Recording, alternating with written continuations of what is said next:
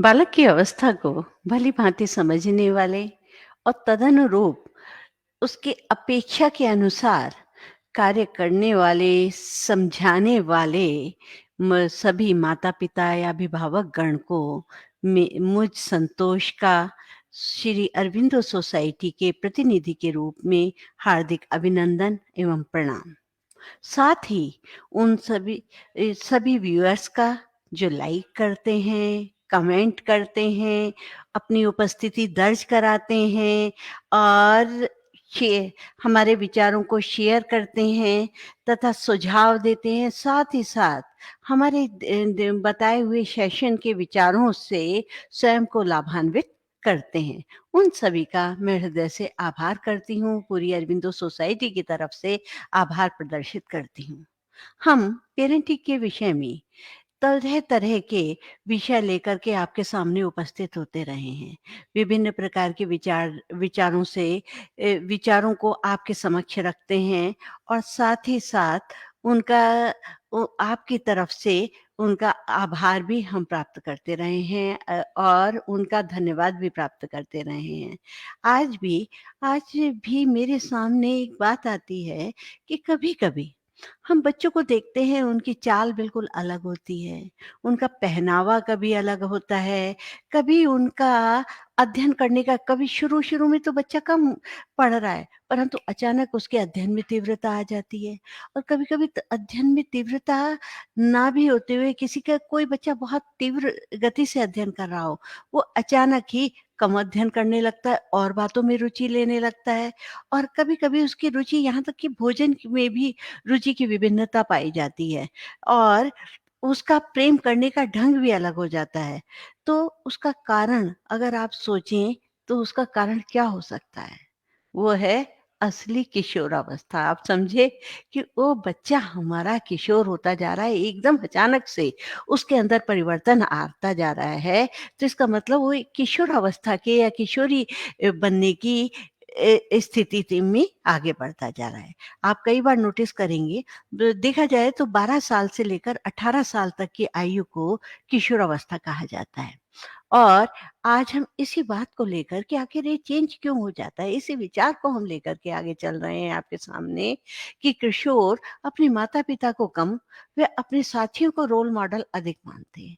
अब जो ये बातें मैंने अभी आपसे की, पहनावे पर, रुचि पर, आपके चाल-ढाल पर, अध्ययन पर, इनमें अचानक परिवर्तन कैसे आया? उसका कारण था किशोरावस्था और किशोरावस्था हमेशा चाहता है अपने मित्र मंडली का साथ। उसमें एकदम चेंज आता है। पर कारण ये भी है कि उसका मित्र मंडली उसकी अचानक ही चेंज कैसे हो जाती है। तो हम उसको देखते हैं कि सॉरी हमारी मित्र मंडली कैसे चेंज हो जाती है। कारण कि अ सॉरी 1 मिनट मैं डिस्ट्रैक्ट हो गई हूँ। तो हमारे पास क्या होता है हम जब देखते हैं कि हमारा बच्चा बिल्कुल हमारे से, अपने परिवार से बिल्कुल नहीं मिल रहा, यहाँ तक है उसकी चाल भी उसके मित्र की भाँति हो गई है। जिस तरह से वो चलता है, जिस तरह दौड़ता है, भागता है, उसकी तरह चलने लगा। बच्ची है, उससे कहो ये वाला फ्रॉक पहन लो, ये वाले ड्रेस पहन लो, नहीं, नहीं मेरी इस फ्रेंड के पास जैसी है मैं तो वैसी पहनूँगी। यानी वो उसके जैसा ही अपने वस्त्रों को चयनित करने लगती है, अपनी चोटी गुथवाने उसी तरह से लगेगी, अपने हेयर स्टाइल है, अपने शूज़ है, वो क्या करती है अपनी सहेली को जो है अपना रोल मॉडल मानने लगती है। उसका कारण क्या है? वो उससे प्रभावित होती चली जाती है। कारण क्या है? किशोरी बनने के कारण या किशोर बनने के कारण उसकी रुचि में, उसके परिस्थितियों में परिवर्तन आता चला जाता है और कई बार बच्चा पढ़ने में होशियार नहीं होता, परंतु अपनी सहेली के साथ, अपने दोस्तों के साथ रह कर के उसके अंदर पढ़ने में एकदम रुचि हो जाती है। एक कॉम्पिटिशन सा, प्रेम भाव सा, सौहार्द की भावना आती है और उससे हो जाती है और कई बार ऐसा होता है कि मित्र मंडली के साथ रह कर के उसका अध्ययन के प्रति रुचि कम हो जाती है। मतलब सकारात्मक भी हो सकता है, नकारात्मक भी हो सकता है। यहाँ तक कि कई बार बच्चा कुछ वस्तुएँ खाता नहीं, आके कहेगा घर पर आकर, मम्मा आज तो ना करेला बना दो, आज तो तोरई बना लो। माँ बड़े असमंजस में कि ये तो कभी नहीं खाता था, आज क्या हुआ? अगर वो अच्छी तरह से सर्च करती है तो पता चलता है इसका दोस्त उसके दोस्त ने इसकी तारीफ की थी कि करेला मेरी मम्मी अच्छा बनाती है, मेरी मेरी मम्मी ये आपका लौकी अच्छी बनाती हैं, तोरई अच्छी बनाती हैं, तो बच्चा उसको खाने के लिए प्रेरित हो जाता है। इसका मतलब क्या हुआ कि बच्चा जो है अपने दोस्त को रोल रोल मॉडल अधिक मानने लगता है। कब? जबकि उसकी किशोरावस्था प्रारंभ हो जाती है। अब अगर उसका मित्र या कि बच्ची की दोस्त आपके घर आती है, तो अगर आपका व्यवहार उसके प्रति अच्छा होता है, तो वो बहुत खुश रहता है? आपकी संतान बहुत खुश रहती है, उसकी सहेली के प्रति अगर आपकी उपेक्षा का व्यवहार होता है, तो उसके अंदर एकदम ये हो जाता है कि मेरी मम्मी बहुत गंदी, मेरे पापा बहुत गंदे हैं, कि मेरे दोस्त के प्रति इस तरह की बातें क्यों कह देते हैं? क्योंकि आप उसके लिए गौण हो जाते हैं, माता-पिता उसके लिए गौण हो जाते हैं और वो प्रेफ़रेंस किसको देता है? अपने दोस्तों को, अपनी सहेलियों को, अपनी मित्र मंडली को। उसका जो कुछ होता है, वो सिर्फ़ अपने दोस्तों में सीमित हो जाता है। अब आप भी चाहते हैं कि जो है एक मुस्कुराहट से दूसरी मुस्कुराहट पैदा हो। यानी इस बच्चे के अंदर ऐसी प्रवृत्तियाँ पैदा हों कि हम भी मुस्कुराएँ या हम भी मुस्कुराएँ तो हमारा बच्चा भी मुस्कुराए। परंतु वो तो बाहरी दुनिया के आकर्षण उसके ऊपर छायाग्रस्त हो जाती है। मतलब बाहरी दुनिया का जो आकर्षण है वो उसको खींचता होता है। उसके छाया की तरह से उसके पीछे लगा रहता है। वो आपकी तरफ ध्यान ही नहीं देता और आप उसे कुछ समझाने का प्रयास करते हैं, उसको कुछ दिखाने का प्रयास करते हैं, बताने का प्रयास करते हैं, आदर्श उपस्थित करना चाहते हैं, तो वही कि घर की मुर्गी दाल बराबर, वो आपकी तरफ ध्यान ही नहीं देता। अब ये ऐसा क्यों होता है? इसको समझने के लिए हमें अपने बच्चे के विकास की अवस्थाओं की ओर ध्यान देना पड़ेगा। अब आ जाइए कि एक बच्चे का विकास किस प्रकार से हो, क्योंकि हम उससे अवास्तविक अपेक्षाएँ ना करें। क्योंकि हम उससे कई बार जो अपेक्षाएँ करनी चाहिए उसकी अपेक्षा अपने अनुरूप उससे अपेक्षाएँ करने लगते हैं। जब हम उससे तदनुरूप हम उससे अपेक्षाएँ करते हैं, अपने अनुरूप अपेक्षाएँ करते हैं, तो क्या होता है बच्चा हमसे भागने लगता है और वो अपने मित्र मंडली की तरफ जाने लगता है। तो आइए उसकी विकास की अवस्थाओं को ध्यान में रखते हुए आप सबसे पहले देखिए गर्भावस्था जब बच्चे की है, आप बीजांकुरण से लेकर के बीजारोपण से लेकर बीजांकुरण तक की अवस्था जो थी, वो थी गर्भकाल। उसमें आप वो आवरण में है, आप उसके साथ कुछ नहीं कर सकते। वो जैसे बस उसके भोजन का, उसकी शारीरिक सौष्ठव का ध्यान रखते हैं। परंतु उसके तुरंत बाद वो जब बाहर आता है, तो उसके विकास का क्रम हो जाता है कि यानी वो एक विकास के उसमें है, वो उसका शैशव होता है। शैशव में उस बच्चे का शैशव उसका विकास का काल होता है।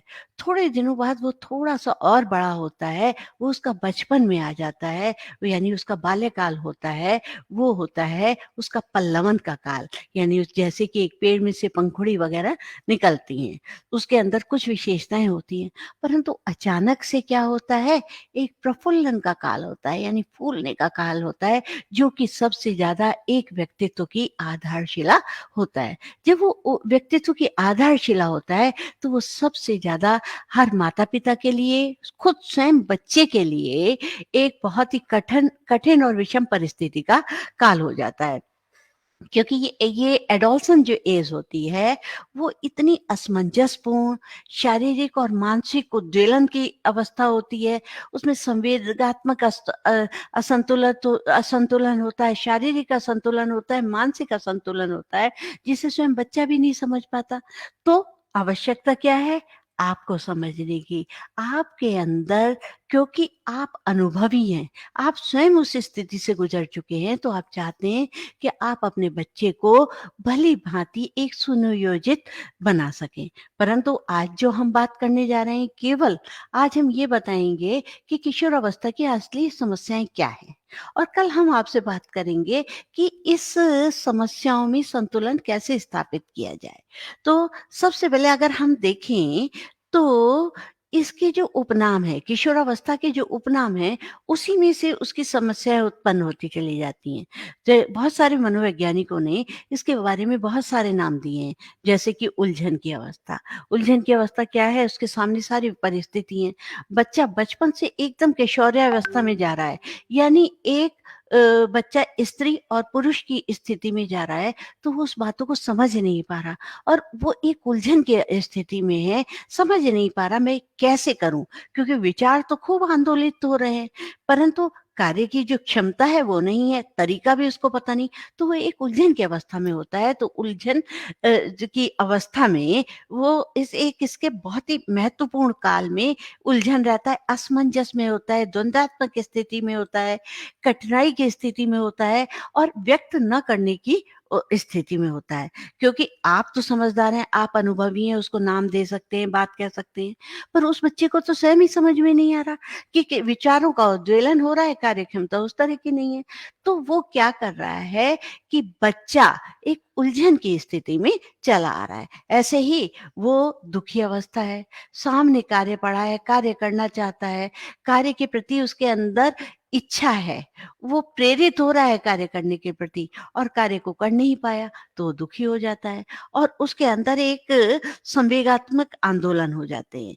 तो वो एकदम जैसे डूबता-सा है, उस तरह से वो परेशान हो जाता है। और नाज़ुक अवस्था, क्योंकि जैसे आप देखते हैं जब फूल उगता है, फूल की थोड़ी-थोड़ी सी पंखुड़ी निकलनी शुरू होती है, वो इतना कोमल होता है, इतना तो इसी तरह से किशोर भी एक बहुत ही कोमल होता है, तन से भी और मन से भी।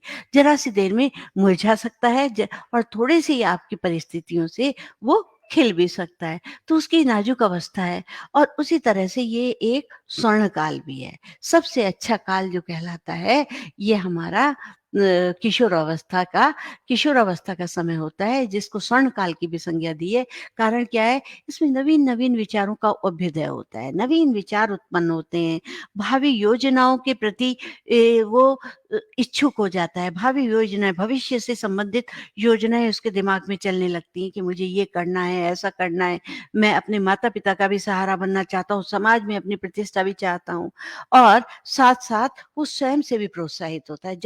ज़रा-सी बात पे वो अपने कॉलर खड़े कर लेता है, वाह! मैंने ये किया। एक छक्का अगर वहाँ खेलने में लगाई जाए, तो घर में आके शोर मचा कर के उछलता है।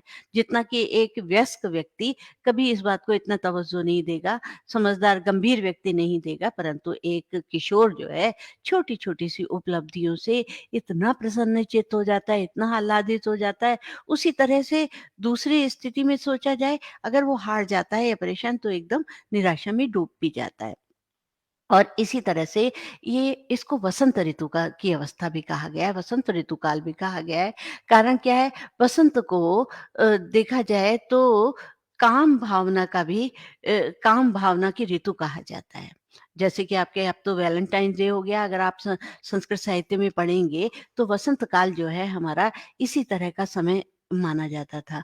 तो क्या है? किशोरी में जब किशोरी और किशोर में समझ तो नहीं होती, परंतु उनके अंदर सेक्सुअल डिज़ायर भी उत्पन्न होने लगती है, काम वासना का उदय भी होता है, परंतु वो समझ नहीं पाते। जैसे कि प्रकृति में वसंत ऋतु में नए-नए फूल पत्ते आते हैं, नई-नई प्रकृति सारी सज जाती है, उसी प्रकार से उसके अंदर भी तरह-तरह की भावनाओं का उदय होता है। तो ये वसंत ऋतु का समय हो जाता है, तीव्रता से इसका विकास होता है। इसके अंदर जो विचारों का विकास है, बहुत ही तीव्र गति से होता है, शारीरिक, मानसिक परिवर्तन तेजी से आते हैं और दूसरा है अगला है कि अमूर्त चिंतन की अवस्था।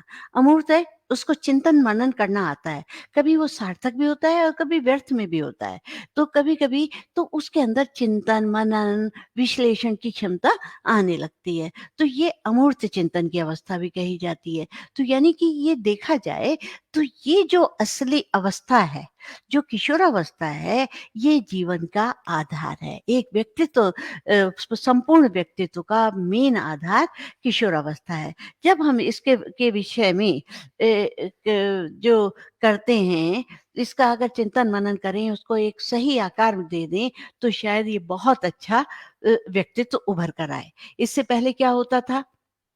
बाल्यावस्था में बच्चा सुनता था, समझता था, परंतु इसमें वो स्वयं को समझना चाहता है, स्वयं को करना चाहता है, स्वयं की बातों को ही सबसे ऊपर रखता है। इसी के लिए उसके अंदर, क्योंकि उसके अंदर एक चिंतन की अमूर्त स्पष्ट चिंतन नहीं होता, पर चिंतन होता है, मनन होता है। वो यथार्थ पर तो आधारित नहीं होता, परंतु काल्पनिक रूप से उसका चिंतन और मनन बढ़ता चला जाता है। और जिस प्रकार से एक ऋतु का नया आगमन होता है, उसको पता ही नहीं चलता। जैसे गर्मी के बाद बरसात आई, है, पता ही नहीं चलता कि कब बरसात शुरू हो गई। ऐसे बरसात के बाद जैसे जाड़ा आ जाता है, तो पता नहीं चलता कब आ गया, क्योंकि अचानक ही हमको लगने लगता है कि हमें स्वेटर पहनने चाहिए।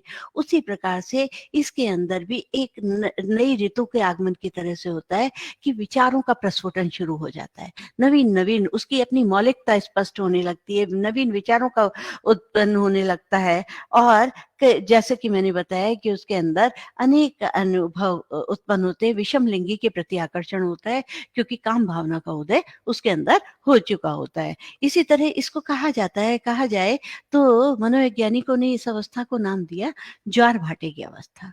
ज्वार भाटा, जैसे समुद्र में एकदम तेजी से ज्वार आता है और तुरंत ही भाटा आता है, तो ऐसे ही उसके अंदर एक उत्साह उत्पन्न होता है और तुरंत ही निराशा भी होता है। यानी कि उसके अंदर एक उत्साह या तेजी से उमंग उठती हैं, उमंग रूपी लहरें उठती हैं, परंतु धीरे से एकदम ही अगर उसकी बात पूरी नहीं होती तो उसके अंदर निराशा भी होती जाती है। इसीलिए इस अवस्था को ज्वार-भाटे की अवस्था भी कहा गया है और इसे कहा जाएगा संवेगात्मक परिवर्तन की अवस्था।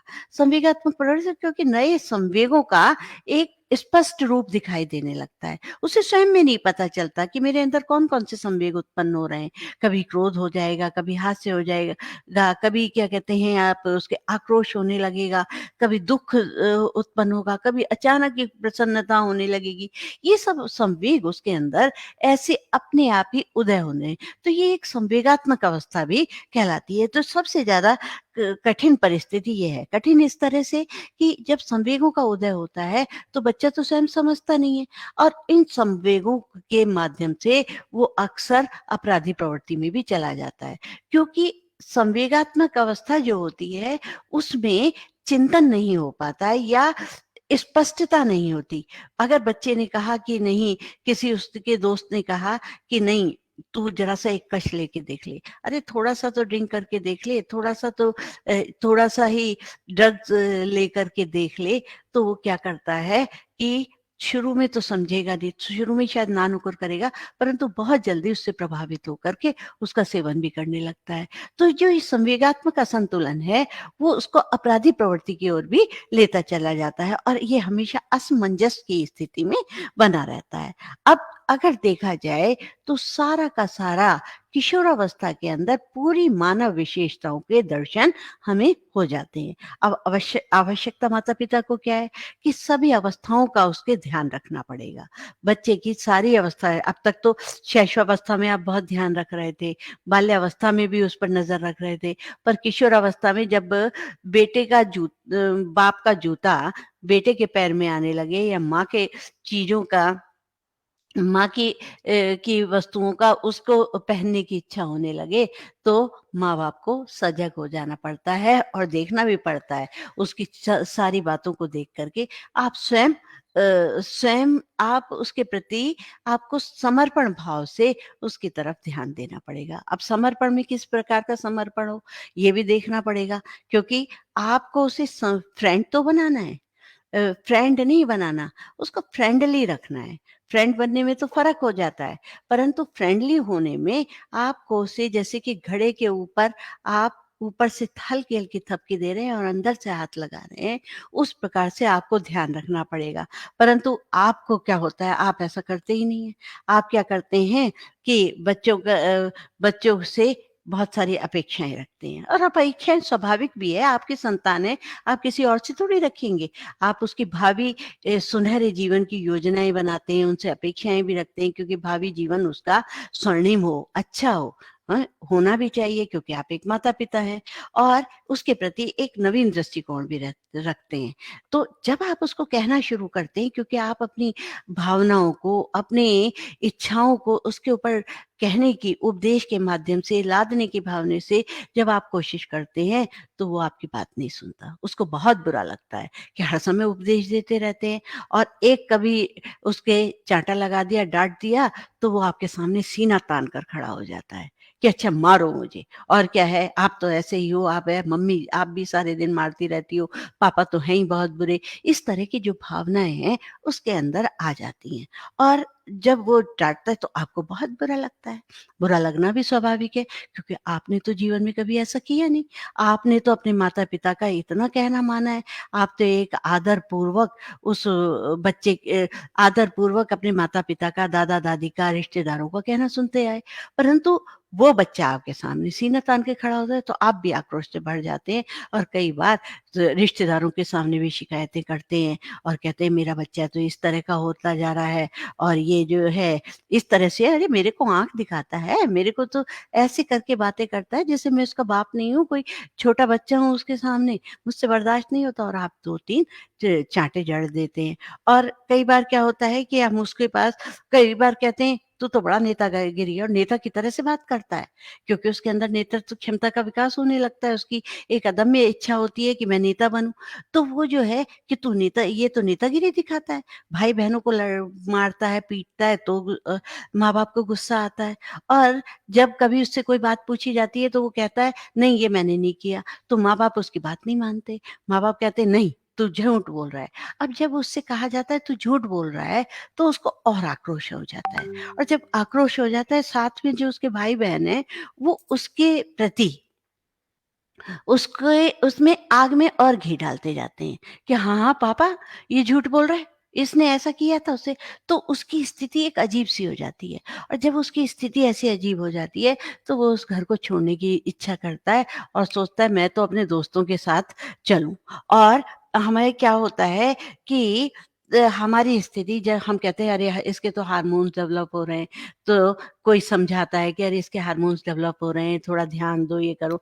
तो हम कहते हैं अरे इसके तो हार्मोन्स ने हमारी इसकी बुद्धि को ही हड़ लिया, ये क्या है? अब जब हम इस तरह की बातें करते हैं, तो माँ-बाप की और संतान की, किशोर संतान की जो केमिस्ट्री होती है वो ज़हरीली हो जाती है, और ज़हरीली होने से ही बच्चा तो ये सोचता नहीं कि मेरे विषय में ही अच्छा सोचकर ये कहा जा रहा है, वो सीधे अपने दोस्तों के पास जाना चाहता है। और अब आपको सोचना है कि आपको अपने बच्चे को कमाना है, यानी अपने साथ लाना है, तो किसके कारण से आप लाएँगे? अपने व्यवहार से। आपको अपने धैर्य रखना पड़ेगा अपने व्यवहार के कारण, परंतु हमने क्या किया? अपने उपदेशों को, अपनी बातों को उसके ऊपर थोप दिया। जब हमने थोपना शुरू कर दिया, वो हमसे अलग होना शुरू कर दिया, और आप कहते हैं हमने तो उनका इतना अपने बड़ों का इतना सुना था, ये क्यों नहीं सुनना चाहता है? इसे तो सुनना चाहिए। कई बार आप अपशब्द भी बोल देते हैं, हैं? पर आप अपने से क्यों तुलना कर रहे हैं?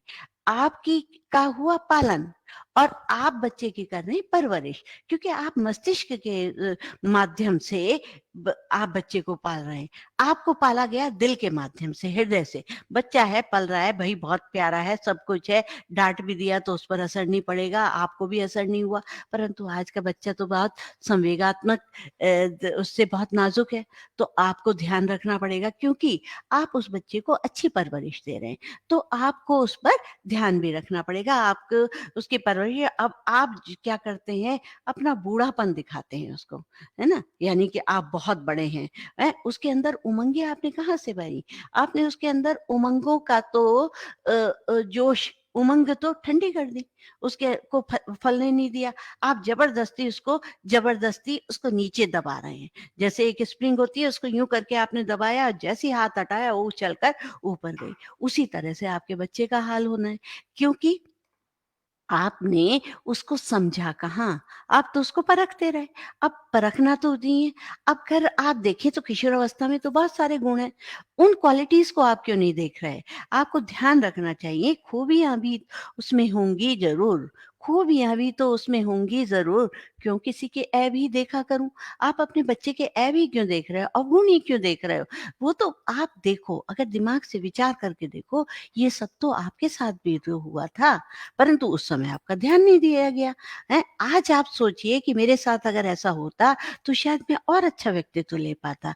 तो मैं क्यों ना अपने संतान को बहुत अच्छा सा व्यक्तित्व दूं, क्यों वो जाए कहीं। तो उसी तरह से और आपको विश्वास करना पड़ेगा, है तो ये आपका ही अंश। आप भी तो ऐसी शैतानियां करते थे, गलतियां करते थे। तो आप अपने बच्चे को समझाइए, मैंने ऐसी गलती करता था बेटा, ऐसे नहीं करना, पर मैंने इस तरह से किया, आज मैं बहुत अच्छा बच्चा बन गया, बहुत अच्छा व्यक्तित्व लेकर आ गया। गलतियां सबसे होती हैं, आप उसकी गलतियों को स्वीकार करना शुरू करिए, उसको स्वीकारिए। जहाँ स्वीकार्यता होती है वहीं अपनापन होता है। अगर हम उसको डाँटने लगते हैं, डपटने लगते हैं, तो नहीं होता। कहते हैं ना, जहाँ पत्तियाँ नहीं झड़ती, वहाँ वसंत नहीं होता, क्योंकि पतझड़ तो ज़रूर आना होता है। पहले पतझड़ आता है, फिर बसंत के फूल खिला करते हैं। तो उसके बसंत आने पर आप उसका स्वागत करिए, आप उसका ध्यान रखिए। आप ऐसा दिशा निर्देशन तो दे नहीं रहे, आप अच्छा दिशा निर्देशन आप दे नहीं रहे, बल्कि उसको एक असहाय और असामाजिक व्यक्तित्व का स्वामी बनाने जा रहे हैं। तो ध्यान रखिए, ये सब तो आपको देखना ही पड़ेगा, क्योंकि मन मन से उतरना और मन में उतरना ना आपके व्यवहार पर ही निर्भर है। आप चाहें तो आप अपने बच्चे को मन से उतार दें, यानी आप जो है अपने बच्चे के मन से उतर जाएँ, या आपका बच्चा आप बच्चे के मन में उतर जाएँ। वो कैसे उतरेंगे? अपने व्यवहार के कारण। इसलिए आपको ध्यान रखना पड़ेगा। देखिए, समस्या आप कहते हैं हमारा जो है मैं पिता हूँ, मैं माँ हूँ, कैसे नहीं सुनेगा? ये तो मेरे से कई बार माएँ बहुत कहती हैं, "तू मुझसे पैदा हुई थी या मैं तुझसे पैदा हुई हूँ? चुपचाप सुन।" पर ये तो यहाँ पर प्रभुत्व का ढंग जो है आपका, वो तो बहुत गलत है, हैं? जब आप उसको स्वामित्व के हिसाब से देखते हैं, तो वो आपका नहीं सुनेगा। आप अगर उसको सही स्थिति, एक समझाने के ढंग से समझाएँ, परिस्थितियों की वास्तविकता समझाएँ, तो वो अपने आप समझेगा। या और जो है, समस्याएँ कहाँ नहीं होती। आप अगर गर्भावस्था से लेकर अब तक के समस्याएँ देखें, तो हर जगह समस्या थी। गर्भकाल में भी आपको समस्याएँ आईं, किस तरह से आप परेशान थी, हुँ?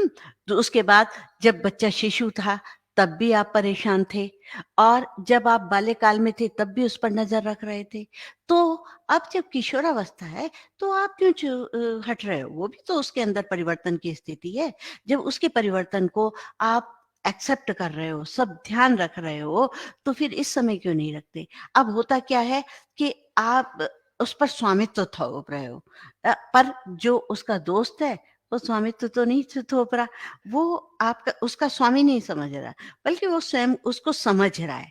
जब वो दोस्त के पास जाता है और बताता है कि मेरी मम्मी ने मारा, मेरे पापा ने, तो वो उसके प्रति संवेदना दिखाता है।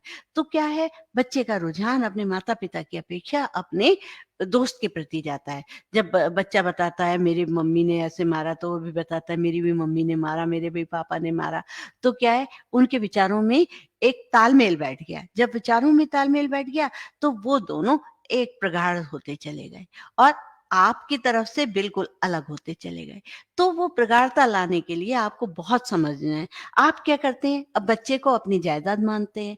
बच्चा सोचता है कि वो मुझे जायदाद तो नहीं मानता हूँ, चाहे वो घटिया ही सही, मेरी बात तो सुनता है।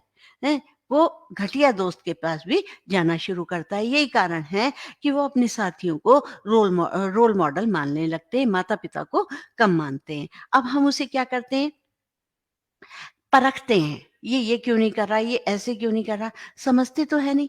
जब हम परखते हैं, समझते नहीं हैं, तो बच्चा हमसे भी अलग होगा।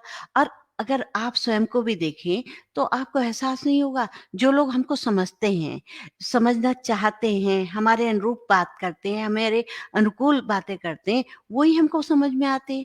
जब हमारे अनुरूप, अब जब बच्चा आपके अनुरूप नहीं कर रहा, तो आपको बुरा लग रहा है, परंतु बच्चे को भी तो हो सकता है कि बच्चे के साथ जब उसके अनुरूप बात नहीं की जा रही, तो वो भी आपसे विलग होगा, वो अपने दोस्तों के पास जाएगा। तो इसलिए बच्चे को उस तरह से देखें जैसा वो है, बल्कि ऐसा मत देखें जैसा आप उसे देखना चाहते हैं। क्योंकि हमेशा समय और परिस्थितियाँ हमेशा परिवर्तित होती रहती हैं। जैसा पहले होता था वो आज नहीं होगा।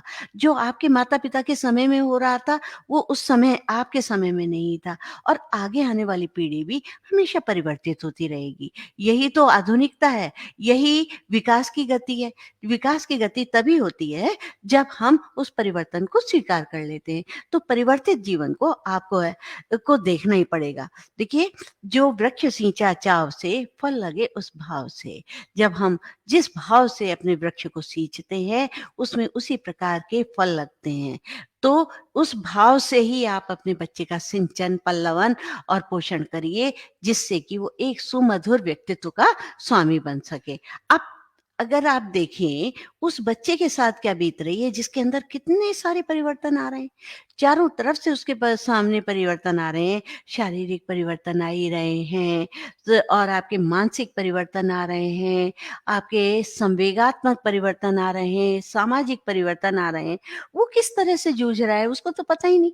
आपको तो अनुभव भी है, उसको तो बेचारे को अनुभव भी नहीं है। वो किस तरह से इस बात को रखेगा, तो क्या होगा, अगर आप देखें उसके शारीरिक परिवर्तन जो कि बिल्कुल सामने स्पष्ट दिखाई देते हैं, उसकी तेज़ी से लंबाई बढ़ रही है। आप कहते हैं मुझसे भी बड़ा हो रहा है मेरा बेटा तो। माँ कहती है मेरी बेटी तो मुझसे भी बड़ी हो रही है, हैं? तो उसमें आपको प्रसन्न होना चाहिए, ना कि परेशान होना चाहिए। उसकी लंबाई बढ़ रही है, उसकी आवाज़ में चेंज है। आपके बेटे की आवाज़ थोड़ी कर्कश हो रही है। वो सोचता है पहले तो मेरी इतनी अच्छी आवाज़ थी, अब ऐसी कर्कश होती जा रही है, कैसी भारी-भारी। तो उसको खुद को अजीब महसूस होता है। तो उसको एहसास कराइए, ये तो नेचुरल है। और लड़कियों की आवाज़ और मधुर हो जाती है, तो वो और चेंज हो जाती हैं। ऐसे ही आपकी के बच्चे के हृदय गति में भी परिवर्तन आता है, उसके मस्तिष्क के भार में परिवर्तन आता है, उसके स्वयं के भार में परिवर्तन आता है, उसकी हड्डियों में भी परिवर्तन आता है। कहाँ पहले कितनी हड्डियाँ थी और आज कितनी हड्डियाँ हैं, उसके दाँतों में भी परिवर्तन आता है, उसकी अक्कल-दाढ़ भी निकलने लगी है, वो अक्कल-दाढ़ जो कि प्रज्ञादंत जिसे कहते हैं, वो तक हो जाते हैं। उसके जननांगों का विकास हो रहा है, जो कि वो जानता ही नहीं। लड़के के अंदर दाढ़ी और मूंछ आ रही है, जहाँ कहाँ वो इतना भोला-प्यारा, सॉफ्ट-सॉफ्ट बच्चा लगता था, अब उसकी दाढ़ी मूँछें यानी आदि मानव की परिस्थिति में वो जाने जा रहा है। बच्ची के अंदर मासिक धर्म उत्पन्न प्रारंभ हो चुका है। तो वो खुद उससे पूर्व की जो मनः स्थिति है उसको सँभाल नहीं पा रही और उसके बाद ये जो शारीरिक परिवर्तन आया उसको भी नहीं समझ पा रही। कहाँ तो बाल्यकाल में उछलते फिरते हैं दोनों बच्चे, लड़का भी लड़की भी, परंतु जब चेंज आता है तो उसे वो सहज नहीं हो पाते। तो उसमें क्या है, उसके अंदर बालिका के अंदर संकोच आने लगता है, लड़के के अंदर आक्रोश आने लगता है। तो वो सारे परिवर्तन से वो कैसे जूझ रहा है? तो बताओ, वो दोस्त के पास जाएगा या आपके साथ है? वो समवयस्क आपके समान उम्र के लोगों के साथ बात करेगा, उसको समझेगा, तो वो उसके रोल मॉडल ज़्यादा है, क्योंकि वो उसके जैसी बात कर पा रहे हैं उनके सामने। वो कैसे जो है अपने पिता की, माता की बात सुनेगा? उसी तरह से उसके अंदर मानसिक परिवर्तन भी हो रहे हैं और मानसिक परिवर्तन कहते हैं ना कि 12 से 18 वर्ष की आयु में आयु तक ये किशोरावस्था होती है। 18 वर्ष के बाद वो एक पूर्ण व्यक्तित्व का स्वामी हो जाता है, बच्ची भी और बच्चा भी। तो उस समय की स्थिति उसकी शारीरिक रूप से तो है, शरीर से संबंधित तो उसके साथ मानसिक विचारधारा में परिवर्तन आता है, परंतु उसके साथ-साथ उसके उसके अंदर सार्थक चिंतन की आवश्यकता होती है। कभी-कभी वो चिंतन जो है निरर्थक भी होता है, वो घर के विषय में भी सोचता है, बाहर के विषय में भी सोचता है, सारे चिंतन की उसके अंदर चिंतन की आवश्यकता होती चली जाती है। वो मनन करता है, विश्लेषण करता है कि आखिर ऐसा क्यों हुआ? और कल्पना तरंगों में डूबता है, ऊपर घूमता रहता है कि मैं ऐसा कर दूँगा, वैसा कर दूँगा। अब सामर्थ्य तो नहीं है, सामर्थ्य तो माँ-बाप ही पैदा करेंगे। तो कल्पना तरंगों में डूबता है, दिवा स्वप्नों में देखता है, भावी जीवन के स्वप्न देखता है, भावी जीवन से डर भी उसके अंदर व्याप्त होता जाता है, जो कि वो परेशान हो जाता है। उसके अंदर एक मानसिक उद्वेलन होता है कि क्या कर दूँ? मतलब उद्वेलन, बेचैनी-सी उसके अंदर होती है, जिसको कि वो स्वयं नहीं समझ पा रहा कि क्यों हो रहा है ऐसा। और अभिरुचियों में उसके परिवर्तन आता है, कभी वो उसको कौन-सी चीज़ अच्छी लगने लगती है, कभी उसको कौन-सी चीज़ अच्छी ल लगने लगती है और उसके अंदर बच्ची के अंदर रूप के प्रति सजगता आती है कि मैं कितनी सुंदर लग रही हूँ। मैं अपनी मम्मी जैसी हूँ, मम्मी की चीज़ें पहनूँ और ये सब चीज़ें पहनूँ। उसके अंदर एक अपने सौंदर्य के प्रति एक आकर्षण या सजगता आने लगती है। तो दूसरी तरफ बच्चे के अंदर अपने बल के प्रति सजगता आने लगती है। कभी वो सोचता है मैं किस तरह से अपने स्वास्थ्य को अच्छा बनाऊँ, जिससे कि मैं सबके सामने एक स्वस्थ और तीव्र गति वाला और तीव्र व्यावसायिक दृष्टिकोण वाला बच्चा बन सकूँ। तो उसके प्रति और अपने को स्वयं को बड़ा समझने लगता है और दूसरे को छोटा समझता है। जब दूसरे को और उसके अंदर वही आदि मानव की प्रवृत्ति आने लगती है कि जो कि कोई समझदारी वाली बात नहीं होती बल्कि उस परिस्थिति को स्वीकार्य करने में कठिनाई होती है कि मुझे क्या करना है, बस करना है, जो कुछ करना है। तो उसके अंदर और समझौता तो वो किसी से करना नहीं चाहता। जो किशोर होता है उसको हमेशा लगता है मैं क्यों समझौता करूँ? मैं जो बात कह रहा हूँ मैं सच कह रहा हूँ। जो सही है मैं सही को कह रहा हूँ।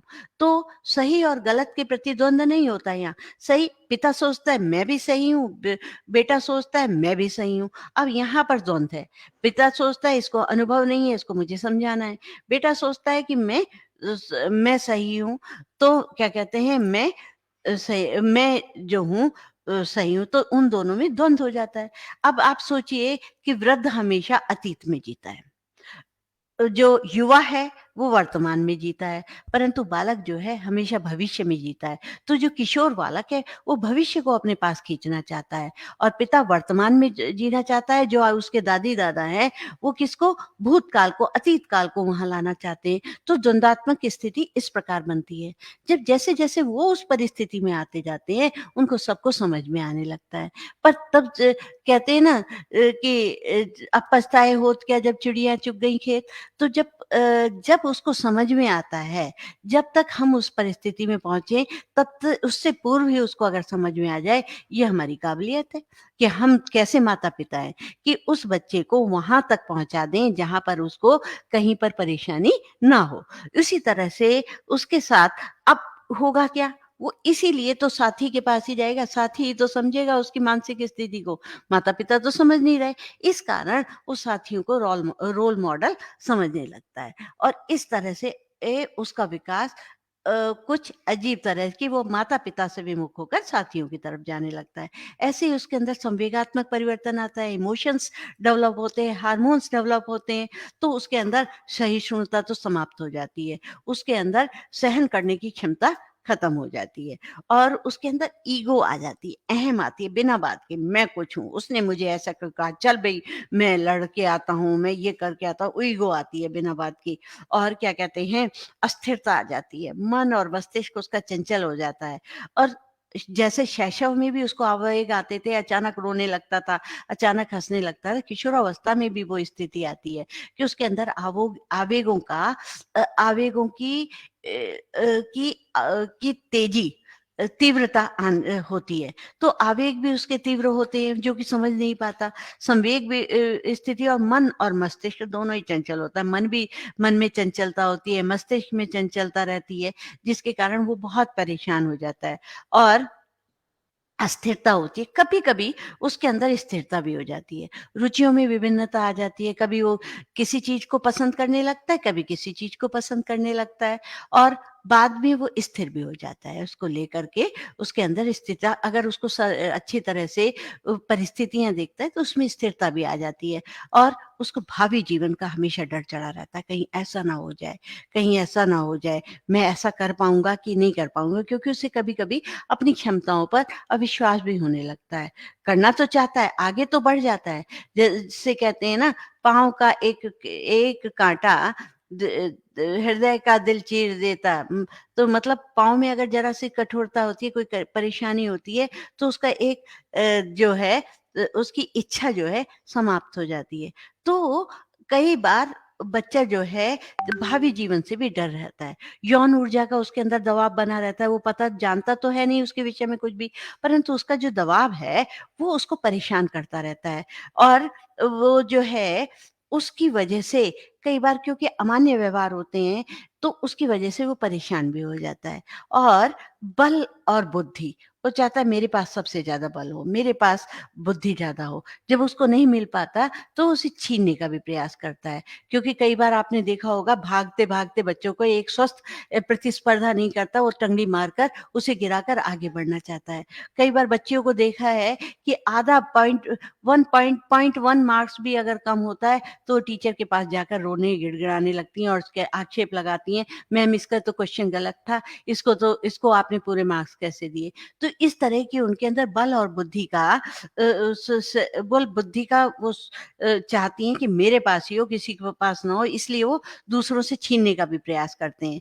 और ज़्यादातर जब घर में स्नेह नहीं मिलता, घर में उसको समझा नहीं जाता, तो घर से भागने का भी दोस्तों के साथ प्लान बना लेते हैं, क्योंकि दोस्त उनके सब कुछ होते हैं। तो कभी क्योंकि पृथ्वी में जो यथार्थ वाला दृष्टिकोण है, जो सतही ज़मीन है, उस पर वो नहीं चला गया ही नहीं, उसकी परेशानियाँ तुम्हें पता नहीं।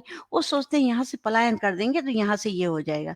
इसीलिए आप अधिकतर देखेंगे कि भागे हुए लोग जो होते हैं, वो ना तो बूढ़े होते हैं, ना जवान होते हैं, ना शिशु होते हैं, बल्कि किशोर घर से भागता है। और कई बार इतनी ज़्यादा परेशानी होती है कि वो सुनना तो किसी से चाहता नहीं, तनाव में रहता है, और तनाव में रहने से कई बार उसके अंदर आत्महत्या की प्रवृत्ति भी आ जाती है। तो जब वो आती है, तो क्योंकि इसको हमें समझना बहुत आवश्यक होता है, तो हम बच्चे को ऐसी परिस्थिति ना लाने दें। तो इसके प्रति तो क्या कहेंगे कि अब ये सारी बातें जो है, दोस्ती तो समझ सकता है, माता-पिता तो उस परिस्थिति में आए ही नहीं हैं। वो दूसरे ढंग से सोचते हैं, तो वो दोस्त को ना कहे तो किसको कहे? तो इसीलिए उसके दोस्त जो है रोल मॉडल बन जाते हैं, और वही तो समझेगा। अब उसके पास शब्द भी तो नहीं है कि कुछ हो तो रहा है उसके मानसिक, शारीरिक, संवेगात्मक स्थिति में, पर उसके पास शब्द ही नहीं है कि कैसे बता पाए। तो क्योंकि दोस्त के साथ भी वैसा ही हो रहा है, तो वो जो है उसको समझ पाता है, और वो उसका रोल मॉडल बन जाता है कई बार। और इसी तरह से वो सामाजिक भी उसके अंदर परिवर्तन आते हैं। सामाजिक, जब वो अब तक तो बच्चा था, खेल रहा था, वो अपने में मगन रहता था, बाल्यावस्था में बच्चा स्वयं में मगन रहता है, परंतु किशोरों में आकर के उसके अंदर एक नेतृत्व क्षमता जात होती है, मैं नेता बनूं, मैं नेता बनूं। और उसके बाद क्या कहते हैं, एक या दो दोस्त केवल होते हैं। असली दोस्त बड़े झुंड, जैसे बाल्यावस्था में झुंड होता था, दोस्ती होती थी। इसमें दोस्ती केवल 1 या 2 व्यक्तियों से होती है, बच्चों से होती है, और वो उसके बहुत घनिष्ठ होते हैं। उसके लिए वो जी-जान से लड़ने के लिए भी तैयार हो जाते हैं। तो 1 या 2 दोस्त होते हैं, परंतु वो झुंड के नेतृत्व की इच्छा इनके अंदर वो विद्यमान होती है। और साथ-साथ इनके अंदर एक वीर पूजा की भावना होती है, यानी किसी को एक आदर्श मान लेते हैं और उस आदर्श के अनुसार स्वयं को ढालने की कोशिश करते हैं। उनका अंधानुकरण करते हैं, उनके विषय में सोचते हैं, उनके लिए आगे बढ़ने की इच्छा करते हैं। उनके अंदर विषम लिंगी के प्रति आकर्षण हो जाता है। अब जैसे लड़की है तो लड़के के विषय में, लड़का है तो लड़की के विषय में सोचेगा। और क्योंकि व्यवहार अमान्य है, समाज उसको मान्यता नहीं दे रहा, तो वो क्या करते हैं, उसी को सोच-सोच के अपने कार्यकलाप करते चले जाते हैं। जब वो उस क्रियाकलाप को करते हैं, क्योंकि अमान्य के कारण वो तनाव में ग्रस्त रहते हैं। जब तनाव होता है, तो वो परेशान हो जाते हैं, और परेशान से वो बहुत ही उद्वेलन में, अजीब-सी स्थिति में हो जाते हैं। स्वयं को उससे निकालना भी चाहते हैं, पर निकल नहीं पाते, तो वो बहुत उद्वेलन की स्थिति, एक बेचैनी की, व्याकुलता की स्थिति उनमें विद्यमान हो जाती है। तो जो है, इसी कारण से उनकी पढ़ाई पर, उस हताशा की वजह से पढ़ाई पर भी फ़र्क पड़ता है। उनके अंदर भावी भय भी बढ़ ज जाता है, और माता-पिता से या दूसरे अन्य लोगों से उनके अंदर मतभेद भी हो जाते हैं कि जो है, नहीं, तू गलत है, माँ-बाप कहते हैं गलत है। अगर वैसे तो माँ-बाप समझाते भी नहीं उस स्थिति से, परंतु अगर समझाना भी चाहें तो उसको वो एक्सेप्ट नहीं कर पाता। तो और ना ही वो कर पाती। दोनों के साथ है, दोनों किशोर-किशोरी दोनों के विषय में है कि वो मतभेद उनके अंदर हो जाते हैं, आक्रोश हो जाता है, और फिर इसके कारण ही उनके अंदर अपराधी प्रवृत्ति भी जन्म लेने लगती है। क्योंकि वो स्पष्ट कह नहीं पाते, और उनको समझाया गया नहीं होता, तो वो एक अपराधी प्रवृत्ति हो जाती है, वो सहज भी नहीं रह पाते, और इस तरह से उस अपराध में शुरू-शुरू में तो उन्हें कष्ट होता है, उसमें गिरने में परेशानी होती है, फिर धीरे-धीरे उस दलदल में वो प्रवेश करते चले जाते हैं और धीरे-धीरे वो बहुत बड़े-बड़े अपराधी बन जाते हैं। जहाँ तक देखेंगे तो अगर अपराधी बनते हैं, वो किशोरावस्था से ही बनने शुरू हो जाते हैं। तो और इनके अंदर एक होता है, सौंदर्य के प्रति इनके अंदर बहुत है। उनको बहुत बुरा लगता है किसी भी लड़के या लड़की को कि तू सुंदर नहीं है, कुरूप है। उसको लड़की को अगर किसी हीरोइन से, किसी एक्ट्रेस से, अभिनेत्री से उसकी तुलना कर दी जाए तो बहुत खुश रहती है। उसी के अकॉर्डिंग वो अपने को बनाने की कोशिश करेगी। उसकी सहेलियाँ उसकी तारीफ़ करती हैं तो उसे सहेलियाँ बहुत अच्छी लगती हैं। ऐसे ही लड़के को भी किसी से किसी उससे किसी वीर पुरुष से किसी से तुलना कर दी जाए स्वास्थ्य के प्रति, तो वो उसको पसंद करने लगता है, उसी का अंधानुकरण करने लगता है। ये कई सारे हीरो इसके लोग बहुत ज़्यादा फॉलोअर्स होते हैं, मैं ऐसा ही बनना चाहता हूँ, मैं वैसा बनना चाहता हूँ। तो इस तरह की भावनाएँ उनके प्रति होती है और साथ-साथ इनके अंदर आस्तिकता का भाव भी हो जाता है। ईश्वर के प्रति आस्था होगी, तिलक लगा लेंगे, डोरी बाँध लेंगे, गिरजाघर जाएँगे, उसमें मस्जिद में जाएँगे, मतलब उनके अंदर ये लगता है भगवान हमारा सब कुछ करने वाला है और हम उसका हमें ऐसा ही करना चाहिए। वो एक उनके लिए एक सही दृष्टिकोण वो बन जाता है। तो और साथ-साथ इनके अंदर अदम्य साहस होता है। ऐसा होता है कि चाहे वो कितने बीमार भी पड़े हों, तो दौड़ करके उसके पास अ बीमार होते हुए भी उसकी सहायता करने के लिए किसी की सहायता या कोई चेतावनी दे रहा है, तो उसके लिए चाहे लड़ने के लिए चेतावनी दे रहा हो, एकदम साहस करेंगे। उस साहस में उनका मस्तिष्क काम नहीं करता, बस दिल काम करता है। तो वो साहसी भी हो जाते हैं। देश प्रेम के प्रति भी इन बच्चों के अंदर बहुत ज़्यादा भाव होता है। उनके अंदर ये लगता है मैं राष्ट्र के प्रति क्या कर दूँ? और साथ-साथ असहाय व्यक्तियों के प्रति सहानुभूति भी होती है। आप अगर देखेंगे कहीं पर किसी की चोट लग जाए, कुछ हो जाए, तो किशोर बहुत जल्दी जाएगा। बड़ा व्यक्ति तो ये सोचेगा मेरे पास समय नहीं है, मैं कैसे करूँ, क्या करूँ? क्योंकि वो दिमाग से काम कर रहा है। परंतु किशोर-किशोरी जो हैं, वो सबसे ज़्यादा किसी के असहाय के प्रति सहानुभूति की भावना रखते हैं और उनके अंदर बड़ों के प्रति आदर की भावना भी होती है यदि उनको समझाया जाए।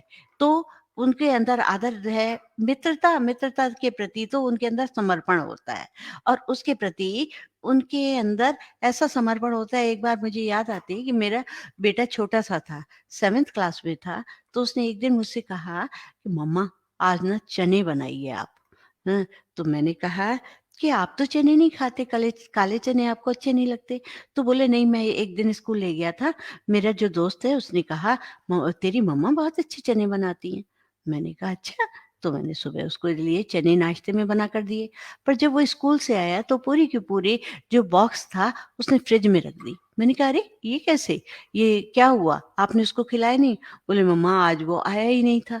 तो मैंने कहा अरे वो आया नहीं था तो आप किसी और बच्चे को खिला देते या तो बोले नहीं वो कैसे खिला देता, मैं ले आया। कल आपको परेशानी नहीं होगी, मैं फिर ले जाऊँगा, इसी को लेकर चला जाऊँगा। फ्रिज में रखें, खराब भी नहीं होंगे, मैं कल उसको खिला दूँगा। तो मैं देखती रही कि वास्तव में मुझे बहुत अंदर से अच्छा भी लगा कि इसके अंदर मित्रता के प्रति कितनी समर्पण का भाव है। उसके दोस्त को ये चीज़ अच्छी लग रही थी, तो वो उसको लेकर गया। तो इस अवस्था में मित्रता के प्रति एक समर्पण का भाव भी होता है और अपनी वो विशेष पहचान भी बनाना चाहता है, परंतु अमान्य व्यवहार होने के कारण कहीं पर उसका क्योंकि समाज उसको मान्यता नहीं देता, तो उसको दमन करना भी पड़ता है, तो वो बहुत परेशान हो जाता है। तो इसलिए ये आवेगों की उम्र है और संवेगों पर नियंत्रण नहीं रख पाता, तो इसलिए कई बार जो है संवेगों पर नियंत्रण करना जब कठिन हो जाता है, तो इसी कारण कई बार मृत्यु दर भी इसकी बढ़ जाती है। तो इसके लिए तो हमें बहुत ध्यान देना पड़ेगा। कल तक जो बच्चा था क्रॉल करके चलता था, हम भी उसके साथ-साथ घूमते थे। उसके घुटनों के बल चलने पर, उसके मुस्कुराने पर, उसकी तोतली भाषा पर हम प्रसन्न होते थे। परंतु आज जब वो बड़ा हो रहा है, विकास की तरफ बढ़ रहा है, तो हम परेशान क्यों हैं? हम उसके अनुरूप व्यवहार क्यों नहीं कर रहे? उसके प्रति हम उत्तेजित क्यों हो जाते हैं? क्यों आक्रोश में आ जाते हैं? अरे हम उसे समझें, प्यार से करें, हमें उसको की अनुभूति करनी है, ना कि उसको सहानुभूति देनी है। उसको सहानुभूति नहीं चाहिए, उसको अनुभूति चाहिए, उसको प्रभुत्व नहीं चाहिए, उसको आपके द्वारा समझ चाहिए कि वो चाहता है कि मुझे अच्छी तरह से समझा जाए। तो त तभी क्या कहते हैं कहते हैं कि आसमां में मत ढूँढ अपने सपनों को, सपनों के लिए तो ज़मीन ज़रूरी है, क्योंकि ज़मीन पर रहकर आप उसको ध्यान से रखिए, कहीं ऐसा ना हो कि किशोरावस्था में आपके गलत व्यवहार के कारण उसमें स्मोक, ड्रिंक या अपराधी प्रवृत्ति या ड्रग्स लेने की भावना आ जाए, तो इसे ज़रा सँभाल कर रखिए। ज्वार का समय रहते जो सदुपयोग किया जाता है, वही फलदायी होता है। ज्वार आने पर आपको उसे सँभालना बहुत कठिन हो जाएगा। तो कल हम बात करते हैं आपसे कि इसमें किशोरावस्था के साथ कि वो साथियों को रोल मॉडल तो समझें, पर सही ढंग से कैसे समझें कि हमसे भी जुड़े रहें और साथियों से भी जुड़े रहें। उसके माध्यम से जब हम उनको अच्छी तरह से किस प्रकार से उनमें संतुलन स्थापित करें, कल हम आपसे बात करते हैं। बहुत-बहुत धन्यवाद।